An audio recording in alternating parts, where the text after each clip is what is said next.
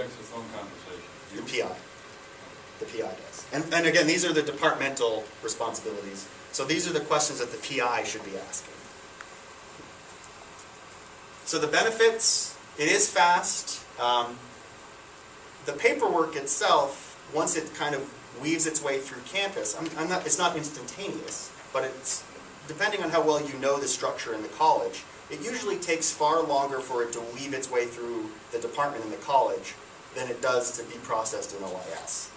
OIS will turn around a DS 2019 within 5 days, and we usually do it in far less time than that. And once the DS 2019 is available, it gets sent to the scholar, and with that they can apply for the J-1 visa.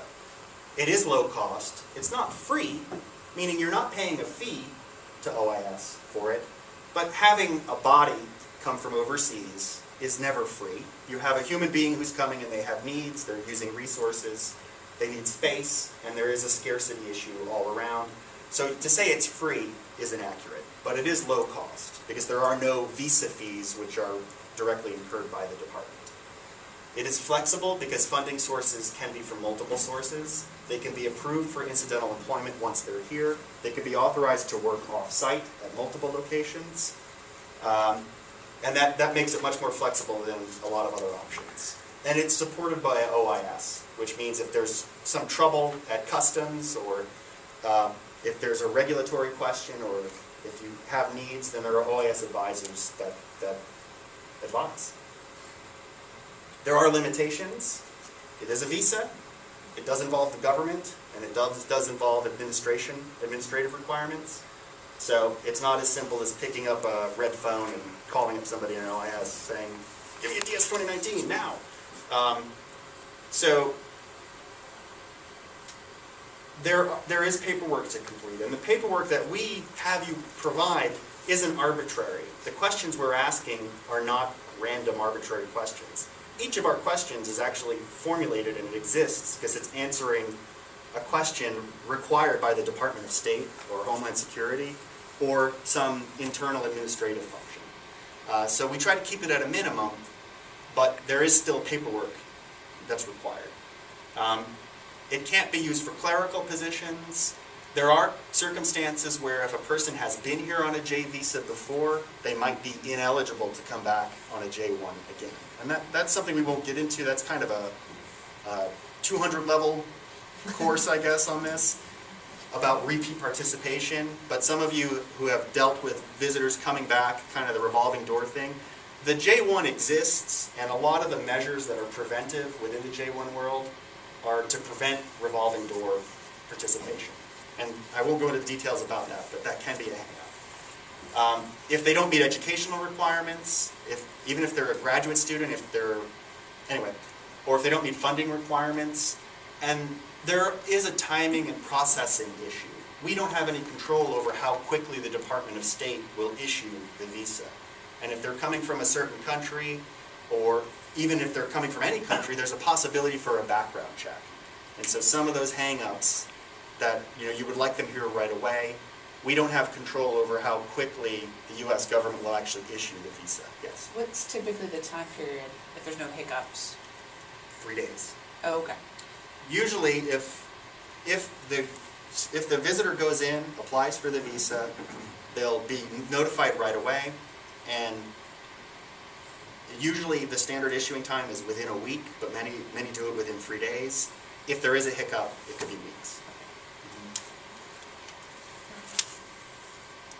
There is a website, the Department of State website does have a link to a place where you can find out what the processing time is at each consulate. So if you're interested in a particular country, we can point you to where that is. Yes? So the maximum duration, the 5 years, is that like continuous? And then if they go home, they can do another 5 years, or is it 5 years for life? Okay. The question here, the 5 years, and that's usually, if they come in as the research scholar, which is the J1 research option, which gives them a maximum benefit of 5 years duration. And during that 5-year window, from start to finish, they can transfer between institutions. I'm looking at Joseph over here, who's an example of a transfer, and of somebody who is working and has worked at 2 locations. The 5 years has a specific start date when they entered the country using the DS 2019 with a start date, and it has a fixed maximum end date, which is 5 years after the start. Okay, and So if they spend some of the time outside of the United States, it doesn't stop the clock from ticking. but if after the 5 years they go back for 1 year, and then can they come No, Come again they for can't come another back for 2 years. They can come back for 2 years They, after that? they're prohibited from coming back as a research scholar again for 2 years, For 2 years? for a 2-year period. To the US, regardless of where to go. Correct. Or only to NC State. To the US. Regardless of where they go. If they come in on a J-1 research scholar category, even if they don't spend the whole 5 years here, if they step off the airplane, show up on campus, look around and say, I'm going back home, they've subjected themselves to a 2-year bar just by virtue of entering the country, even if they were only in the country for 24 hours. They're subjected to the bar for full 2 years. It's not that they can't come back, but it's that they can't come back as a J-1 research scholar. So, What common questions are the benefits to the spouses? That is, a spouse can apply for employment Right. under J-1 spouse, or how does it work? that's a good point, yeah. If there are family members that come, and this differs from a lot of other visa categories where there are dependents coming along. The J-2 dependent, so the spouse and a working age child under the age of 21 who's unmarried, can apply for work authorization to USCIS, which gives them a great cultural experience. Some of the spouses are working professionals themselves in their home country, so it gives them an opportunity to work, or if they want to work at a local coffee shop, they can do that too. But that is a good benefit for spouses. They can apply for the work authorization. So just take a look at this again. This is smattered all over our website, but we do follow a liaison model in our office. So if you do have questions, make note of who the liaisons are. Currently, Nika, the Cloman Guillory, is on maternity leave. She'll be back in about a month. So her colleges have been redistributed, and I didn't break that down because it's only going to exist for another month. But again, you don't have to, this is all over our website, but there is a liaison model. So if you did have a question and you wanted to know a good person to talk to, these people are responsible for working with you. And actually, one of our advisors, Keela, is here now. So if you've talked to Keela on the phone, and this is her. Okay, I did want to just quickly show you on our webpage our resources. Okay, and maybe the splash page for you to get us started.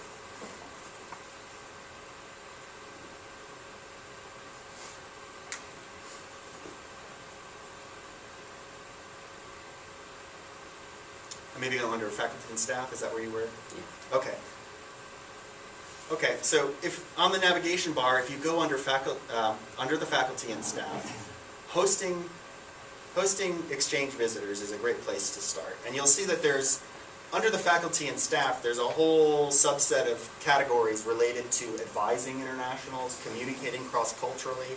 Dr. Rojas actually has been helpful with formulating some of the material on this webpage to basically help kind of integrate foreign nationals into the department and make everybody feel a little more comfortable. But from here, under especially departmental responsibilities, this is that page that I had mentioned is an excellent place to begin. And if you scroll down, it kind of goes through, well, what's the first things you should ask? Before your arrival, here's the things that should be done, and then upon arrival, what exactly should you be taking responsibility for? Derek, if you could scroll down a little further. Also under practical resources and J-1 scholars, that bottom URL, if you don't mind making note of that. This takes you then to a whole list of other resources that are available and sent to the scholars before they get here. And they include things like, how to go about getting a driver's license and the process for getting a car, English language resources, health insurance requirements, housing, you name it. And there's quite a few resources that are there, so you don't have to research everything on your own.